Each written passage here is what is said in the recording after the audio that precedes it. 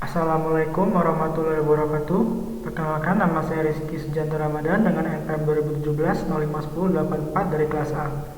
Kali ini saya akan menjelaskan tentang kuis dan juga tugas 10 teori bahasa dan automata. Langsung saja ke soal kuis yang pertama, yaitu hilangkan semua aturan produksi useless dari tata bahasa bebas konteks berikut. S mengarah ke AB atau CA, B mengarah ke BC atau AB, A mengarah ke A, C mengarah ke AB atau B. Lalu untuk jawabannya kita akan menghilangkan aturan produksi dari B karena variabel B akan terus menghasilkan aturan produksi yang baru. Maka hasil dari penghilangan aturan produksi useless adalah seperti berikut. S mengarah ke CA, kemudian mengarah ke A dan mengarah ke B. Selanjutnya untuk soal yang kedua, hilangkan semua aturan produksi unit dari tata bahasa bebas konteks berikut. S mengarah ke AA, B atau B, B mengarah ke A atau BB, B mengarah ke A atau BC atau B. Lalu untuk jawabannya seperti berikut. Produksi unit dari A mengarah ke B, B mengarah ke A dan S mengarah ke B. Yang pertama kita akan mengubah A menjadi B dengan menggunakan B diubah menjadi BB. Maka hasilnya S menjadi mengarah ke AA atau B, B mengarah ke A atau BB, A mengarah ke A atau BC atau BB. Untuk yang langkah kedua kita akan mengubah B menjadi A.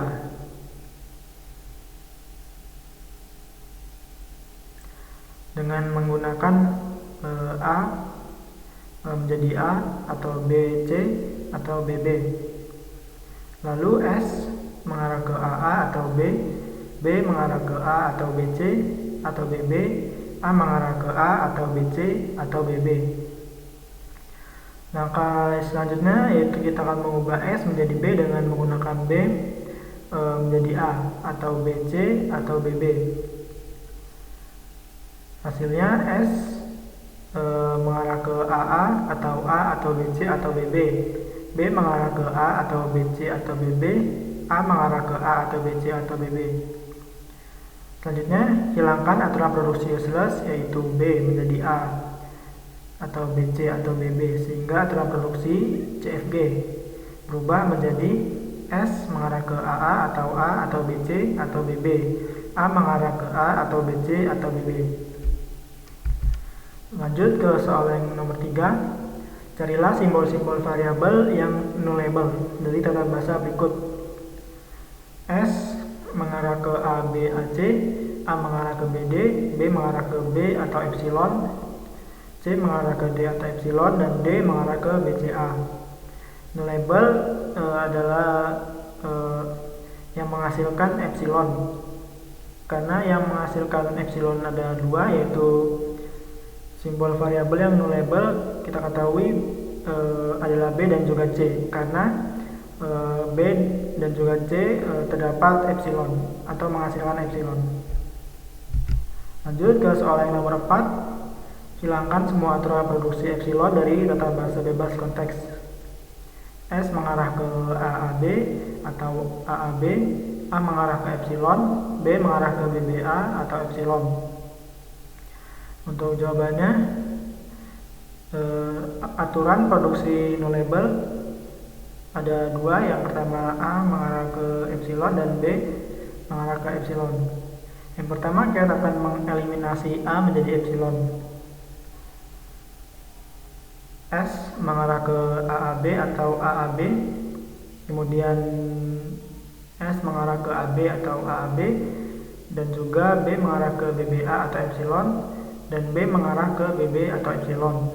Maka hasilnya S mengarah ke AB atau AAB dan B mengarah ke BB atau epsilon. Untuk yang kedua kita akan mengeliminasi B menjadi epsilon. S mengarah ke AB atau AAB, S mengarah ke A atau AA, maka hasilnya S mengarah ke A atau AA dan B mengarah ke BB. Hasil finalnya S mengarah ke A atau AA. Selanjutnya kita akan masuk ke materi, yaitu tentang penyederhanaan CFG atau Context Free Grammar. Tujuannya sendiri yaitu untuk melakukan pembatasan sehingga tidak menghasilkan pohon penurunan yang memiliki kerumitan yang tak perlu atau aturan produksi yang tak berarti. Misalnya S mengarah ke AB atau A mengarah ke A. Selanjutnya, kelemahannya adalah aturan produksi S mengarah ke AB tidak berarti karena B tidak memiliki penurunan. Untuk penyederhanaan CFG sendiri dapat dilakukan dengan 3 cara. Yang pertama ada penghilangan produksi useless, penghilangan produksi unit, dan juga penghilangan produksi epsilon. Yang pertama yaitu penghilangan produksi useless. Penghilangan produksi useless merupakan produksi yang memuat simbol variabel yang tidak memiliki penurunan yang akan menghasilkan terminal-terminal seluruhnya. Produksi yang tidak akan pernah dicapai dengan penurunan apapun dari simbol awal sehingga produksi itu redundan.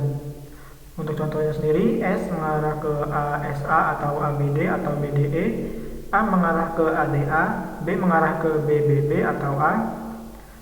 Untuk langkah penyederhanaannya ada 3. Yang pertama, hilangkan aturan yang tidak menuju terminal. Yang kedua, hapus anggota S yang mengandung simbol himpunan ke terminal yang tidak berguna.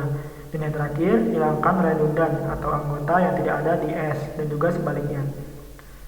Sehingga kita dapatkan dari hasil penyederhanaannya menjadi S mengarah ke ASA atau BDE, B mengarah ke BBB atau A. Lanjut yang kedua yaitu penghilangan produksi unit.